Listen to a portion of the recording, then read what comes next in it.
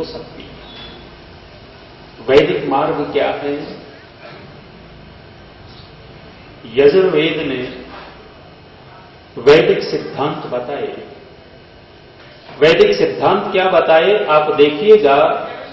3 सत्ताएं हमारे वैदिक सिद्धांत में प्रमुख रूप से हैं। एक ईश्वर की सत्ता प्रमुख रूप से है, एक हम आप जो बैठे हैं जिसको जीवात्मा कहते हैं उसकी सत्ता प्रमुख रूप से है, और एक सत्ता इस संसार की, इस प्रकृति की जो हमें दिखाई दे रहा है इसकी है। इसको नकार नहीं सकते। 3 सत्ताएं, जब इन 3 सत्ताओं का ठीक ठीक विश्लेषण करते हैं तो पता लगता है कि जो धार्मिक वर्ग है अपने आप को धार्मिक कहते हैं। साथियों, ईश्वर का स्वरूप वेद में बताया गया है। वेद का विशुद्ध स्वरूप है वहां ईश्वर के विषय में। अन्य मत संप्रदायों का आप देखेंगे कि ईश्वर के विषय में विचारधारा क्या है। देश टूटता चला जाएगा जब भिन्न भिन्न विचार होंगे। यजुर्वेद ने बहुत उत्साह दिया हम लोगों को। उत्साह क्या दिया? यजुर्वेद का मंत्र है स्वयं वाजिम तन्वम कल्पयस्व, स्वयं यजस्व, स्वयं जुषस्व, महिमा ते अन्येन न सन्नसे। कह रहे हैं कि यदि तुम्हें राष्ट्र का हित करना है, राष्ट्र का विस्तार करना है तो अपना विस्तार स्वयं करने लग जाओ। स्वयं वाजिम तन्वम कल्पयस्व, अपना विस्तार तुम अपने आप करो, दूसरे के भरोसे मत बैठो। दूसरे के भरोसे बैठने लग गए साथियों, राष्ट्र का हित नहीं हो सकता, अपना हित नहीं हो सकता। आज की स्थिति क्या है? आज की ये स्थिति है कि हम दूसरे के आश्रित हो गए, दूसरे के भरोसे पर टिक करके चलते हैं। आप मुझे बताना कि क्या इन मंदिरों से राष्ट्र का हित होगा? क्या इन मस्जिदों से राष्ट्र का हित होगा? क्या इन चर्चों से राष्ट्र का हित होगा? या राष्ट्र का हित कहीं और छिपा हुआ है? मंदिर, मस्जिद, गुरुद्वारे, ये जो भी कुछ यहां चल रहे हैं चर्च आदि को लेकर के, एक वर्ग विशेष अपनी विचारधारा को बढ़ाना चाह रहा है। वो राष्ट्र हित नहीं कर सकते। वहां एक तरफ जुड़ करके यदि व्यक्ति चलता है, राष्ट्र से कट जाता है। लिखा स्वयं वाजिम तन्वम कल्पयस्व, हम कहां कहां पराश्रित होते चले गए। किसी ने पूछा था कि भाई ये बताओ कि ईश्वर हंसता कब है? ईश्वर को हंसी कब आती है? उस व्यक्ति ने कहा कि ईश्वर के हंसने के 3 चांस हैं, 3 अवसर हैं। परमात्मा हंसता है, और जब परमात्मा किसी के ऊपर हंसता है समझिएगा कि उसका निश्चित रूप से कहीं न कहीं हानि बहुत बड़ी होने वाली है। कहने लगे कौन से वो 3 चांस हैं कि ईश्वर हंसने लगता है? सैद्धांतिक रूप से न ईश्वर हंसता है न रोता है। ईश्वर तो सम स्थिति में रहता है, वो तो आनंद में रहता है, सदा एक रस रहने वाला है। लेकिन फिर भी कहा कि ईश्वर के हंसने के 3 चांस कौन से? कह रहे हैं कि जिस परमपिता परमात्मा ने पूरे ब्रह्मांड की रचना की है, जिस परमेश्वर ने इस जीवादि जगत की रचना की है, जिस परमात्मा ने हमारे शरीरों की रचना की है, उसी परमात्मा को जब ये मनुष्य मिट्टी का खिलौना बना करके पूजने लगता है तब ईश्वर को हंसी आती है। जब परमात्मा ने हमारे शरीर की रचना की है, परमात्मा ने इतने बड़े सूर्य की रचना कर डाली, परमात्मा ने पूरे ब्रह्मांड को रच दिया, और हम उस परमात्मा को रच करके पूजने लगते हैं मिट्टी का खिलौना बना करके। राष्ट्र की बहुत बड़ी हानि हुई है साथियों इस काम से। आप इतिहास पढ़ करके देखिएगा कि ऋषि लोग लिखते हैं, हमारे इतिहासकार लिखते हैं कि हम भारतीयों ने किसके ऊपर भरोसा किया? अपनी भुजाओं के ऊपर भरोसा नहीं किया, हमारे क्षत्रिय राजाओं की भुजाओं के ऊपर भरोसा नहीं किया। हमने भरोसा किसके ऊपर किया? मिट्टी के खिलौने के ऊपर भरोसा किया। बहका दिया गया हमें। पंडितों ने कहा, तथाकथित उन पुजारियों ने बहकाया कि ये देवता सब कुछ करेगा, और राजा लोगों को एक तरफ बैठा दिया, क्षत्रियों को एक तरफ बैठा दिया, तो तुम्हें कुछ करने की जरूरत नहीं है। हमारे अटल बिहारी वाजपेयी जिस समय विदेश मंत्री होते थे, विदेश मंत्री होते थे, उस समय जब गए तो अफगानिस्तान गए थे। अफगानिस्तान गए तो अफगानिस्तान के विदेश मंत्री से मिले और मिलने के बाद जो भी औपचारिकताएं थी वो हुई। अटल जी ने कहा कि मैं यहां आया हूं तो मैं गजनी को देखना चाहता हूं, गजनी। वहां के विदेश मंत्री ने कहा कि आप गजनी को क्यों देखना चाहते हैं? वहां कोई पर्यटक स्थल नहीं है, वहां कोई होटल नहीं है और कुछ नहीं है, आप गजनी को ही क्यों देखना चाहते हैं? अटल जी ने एक भाषण में कहा था कि मेरे मन में एक पीड़ा थी। क्या पीड़ा थी? कि गजनी इतना प्रसिद्ध हो गया, उस गजनी को तो देख करके चल। गजनी किससे प्रसिद्ध हो गया? मोहम्मद गजनवी। गजनी उस के गांव का नाम था। वो कह रहे हैं कि जब मैं देखने गया तो धूल उड़ रही थी उस गांव के अंदर, कुछ विशेष नहीं था, और वो छोटा सा धूल उजड़ा हुआ सा गांव प्रसिद्ध कर दिया। किसने? एक लुटेरे व्यक्ति ने 10-20 लुटेरों को इकट्ठा किया और इकट्ठा करके एक सेना बना ली और सेना बना करके यहां आक्रमण कर दिया। और आक्रमण किया तो कहां तक पहुंच गया?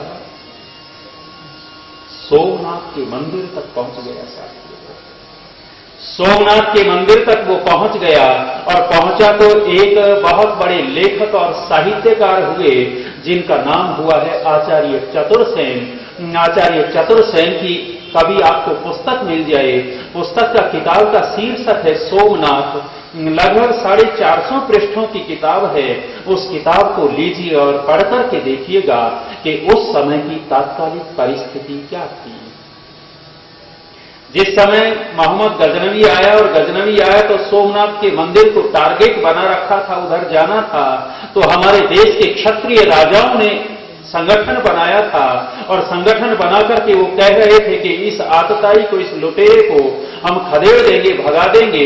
लेकिन हमारे क्षत्रिय राजाओं को बहका किसने दिया? तथाकथित उस समय के पंडित पुजारियों ने बहका दिया कि तुम्हें कुछ करने की जरूरत नहीं है, देवता सब कुछ संभाल लेगा।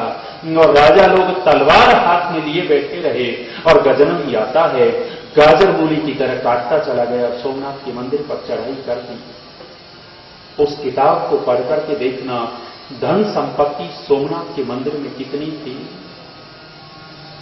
इतनी संपत्ति थी कि हमारे देश के राजे रजवाड़े होते थे, वो कह रहे हैं कि लगभग सैकड़ों राजाओं के खजाने का ढेर एक तरफ लगा दीजिए और सोमनाथ के मंदिर के खजाने का ढेर एक तरफ लगा दीजिए। कह रहे हैं कि सैकड़ों राजाओं की धन संपत्ति कम पड़ेगी और अकेले सोमनाथ के मंदिर की धन संपत्ति ज्यादा थी। और वो लुटेरा जाता है और जाकर के करता क्या है? हमने विश्वास किसके ऊपर किया? राष्ट्र हित किसमें हो सकता है? अपनी भुजाओं के बल के ऊपर विश्वास करेंगे, साथियों राष्ट्र का हित कर सकते हैं। और जब जब हम मिट्टी के खिलौनों के ऊपर विश्वास करने लगेंगे, राष्ट्र हित नहीं हो सकता। देखिएगा क्या हो रहा है। मोहम्मद गजनवी ने चढ़ाई की और जिस समय गाजर मूली की तरह काटता चला गया और लूटना प्रारंभ किया तो राजाओं ने फिर कहा कि हमें करने दो कुछ। कहने लगे देखो झंडा अभी फहरा रहा है मंदिर के ऊपर और जब तक झंडा फहरा रहा है तुम्हें कुछ करने की जरूरत नहीं है। गजनवी को पता लग गया कि ये बात है तो झंडे को ही उतरवा दिया, गिरवा दिया और उत्साह गिरा दिया। पंडितों ने कहा कि अब तो झंडा गिर गया है, झंडा झुक गया, अब तुम कुछ नहीं कर सकते, देवता भी रुष्ट हो चुके हैं। उनके पौरुष को एक तरफ किया और एक पुजारी को पकड़ करके पुजारी ने क्या कहा? कहने लगे कि यदि मुझे पेट भर पकवान खिलाओगे तो मैं इस मंदिर के तहखाने के खजाने का पता और बता दूंगा। भोजन की तैयारी करवा दी, एक से एक पकवान सामने रखे हैं और उस पुजारी ने भरपेट खाना खाया है। खाना खाया, कितने में बिक गई ये कौन? आप देखिएगा कि हम बिकते चले गए, कहां कहां बिकेंगे। किसी ने लिखा था बिक गई है धरती कहीं गगन बिक न जावे, बिक रहा है पानी कहीं पवन बिकने जावे, सुना है चांद पर भी बिकने लगी जमी, अब डर है कि कहीं सूरज की तपन बिक न जावे। खरीदा गया है देकर दहेज जब दुल्हे को, अरे इस दुल्हे के हाथों कहीं दुल्हन बिक न जावे। हर काम के लिए रिश्वत ले रहे ये नेता, डर है इन नेताओं के हाथों कहीं वतन बिकने जावे। बिकने लगे सांसद यहां पर, अरे डर है कहीं संसद भवन बिकने जावे। आदमी मरा लेकिन आंखें खुली रह गई, डर है मुर्दे को कि कहीं कफन बिकने जावे। हमारे देश में तो मुर्दा भी जाता है, हम बिकाऊ हो गए। एक लेखिका है, बेंगलोर में रहती है, चित्रा सुब्रमण्यम नाम है उनका। चित्रा सुब्रमण्यम नाम की वो महिला फ्रांस में 7 साल रही थी। 7 साल फ्रांस में रही और फ्रांस में जो भारतीय लोग रहते थे उनकी मानसिकता का अध्ययन करती रही। मानसिकता का अध्ययन करने के बाद फिर यहां भारत में आई। भारत में आकर के यहां की व्यवस्था देखी और लोगों को देखा तो देख करके उन्होंने भी एक किताब लिखी, जिस किताब का नाम रखा उन्होंने, नाम क्या रखा, India is for sale. India is for sale अंग्रेजी में किताब लिखी। और जब आप उस पुस्तक को, किताब को पढ़ेंगे, पता लगेगा कि हम कितने बिकाऊ हैं, हम कहां बिक जाते हैं। आपको यदि कोई चपरासी खरीदना है इस देश में तो 10, 20, 50 रुपए में चपरासी को खरीद लोगे। यदि क्लर्क को खरीदना है तो आप 200, 500 रुपए देंगे तो क्लर्क खरीदा जाएगा।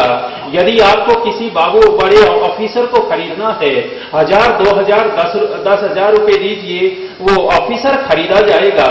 किसी बड़े अधिकारी को खरीदना है, उसको आप 1 लाख, 2 लाख रुपए दीजिए, अधिकारी खरीदने आ जाएगा। आपको किसी नेता को खरीदना है, 1 करोड़, 2 करोड़ दे दीजिए, नेता खरीदने आ जाएगा। यदि आपको सांसद को खरीदना है, 5, 10, 20 करोड़ दीजिए, वो खरीदने आ जाएगा। यदि किसी मंत्री को खरीदना हो, आप 1000, 100, 200 करोड़ रुपए दीजिए, मंत्री पकड़ने आ जाता है। यहां तो सब कुछ बिकता हुआ दिखाई दे रहा है।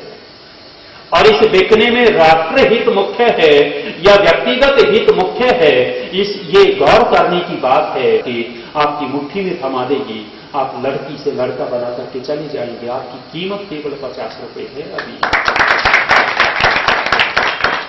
आप देखिए कि कैसे बिकते हैं यहां। छोटी छोटी बातों पर यदि राष्ट्रहित प्रमुख होता, राष्ट्रहित सर्वोपरि होता, हम सिद्धांत को लेकर के चलते, लेकिन यहां तो कुछ और हो गया। पुजारी कितने में बिक गया, पेट भर खाने में बिक गया। मोहम्मद गजनवी ने बहुत अच्छा भोजन बनाया है, बनवा करके सामने रख दिया और इसने खूब भर पेट खाया है। पेट के ऊपर हाथ फेरा और हाथ फेर करके कहने लगा कि चलो अब हम तय खाने का खजाना बताते हैं। तय खाने का पता बता दिया। साथियों, उस मोहम्मद गजनवी ने किया क्या था, तय खाने को देख करके इतनी अपार धन संपदा देखी कि उसकी आंखें फटी रह गई और सारा का सारा धन लूटने के लिए आतुर है। लेकिन उससे पहले एक और काम कर दिया। जिस पुजारी ने खजाने का पता बताया था, उसको बुलाया और सामने खड़ा किया और सामने खड़ा करके कहने लगा, बेवकूफ, जो अपनी कौम का नहीं हो सका हमारा कहां होगा। उस पुजारी की गर्दन काट करके फेंक दी, गर्दन काट करके फेंक दी। और उस सोमनाथ के मंदिर की कितनी संपत्ति लूट करके ले गया। इतिहासकार कहते हैं कि सैकड़ों ऊंटों के ऊपर वो सारी संपत्ति लाद करके ले गया। सोने की ठोस मूर्तियां थी, बड़े बड़े डेग भरे हुए थे सोने चांदी के सिक्कों के। कितनी संपत्ति, यदि वो आज संपत्ति हमारे देश के पास होती, आपके शिवपुर की सारी सड़कें सोने की होती, ये डामर की नहीं होती। इतनी संपत्ति एक व्यक्ति लूट करके ले गया। किसके ऊपर विश्वास करने से, किसके ऊपर विश्वास करने से? जब जब ये मिट्टी के खिलौनों के ऊपर विश्वास चलेगा, साथियों, राष्ट्रहित गौण हो जाएगा। और इन यवनों ने 1 नहीं, 2 नहीं, 10 नहीं, 20 नहीं, 50 नहीं, कितने मंदिरों को लूटा और कितनी संपत्ति लूट करके ले गए, लूट करके ले गए। यदि हम अपनी भुजाओं के ऊपर विश्वास करते तो एक भी यवन यहां घुस नहीं सकता था। एक